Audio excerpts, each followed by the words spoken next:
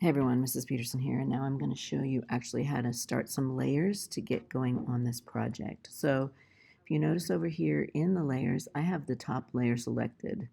You want to make sure that top layer is selected. You're going to go down here to the bottom. This little plus sign here, it says layers.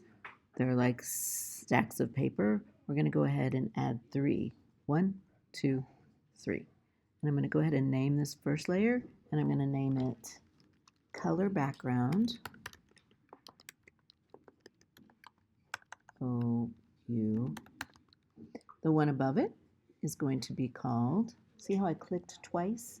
This one is going to be called present template. And then the one on the top, if I click it once, if I click it twice, if I click it on the name a couple times, you see how it highlights?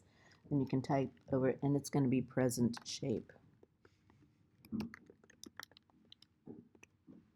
Once I finish that, I am going to go ahead and click back on this color background, and I want to pick a color background. You do not need to click any of these. We're going to use those things later, but I like to pick a white background. So there's a couple ways of doing it. If you look down here, you can click on a button and a eyedropper comes and you can pick a color. So I could pick this white. It's going to pick a white. Or I can just go directly to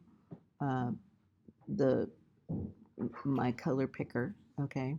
And when I pick my color picker, I can just go around and look for the color that I want. I'm going to suggest white. Another way to get white or black is if you look right down here, this has a black and a white. If I click on that, it will, if I click on that, oh, it's because I'm, sorry, I have to get out of that. If I click on that, it's going to make the white and the black. Also, if I use this little switcher, whatever color's on the top is what it's going to fill with. So right now it would fill with black, but I want to fill with white, so I'm going to switch that.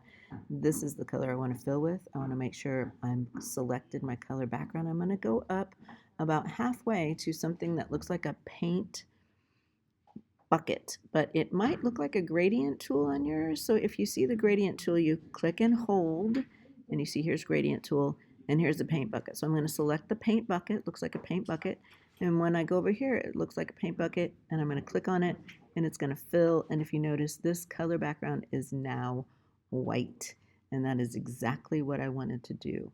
I will use these later because I'm going to use these colors for the present that I'm going to make. But this background will help us out for what we're going to do next. All right, I love you. I missed you already. Go out and change your world for the better.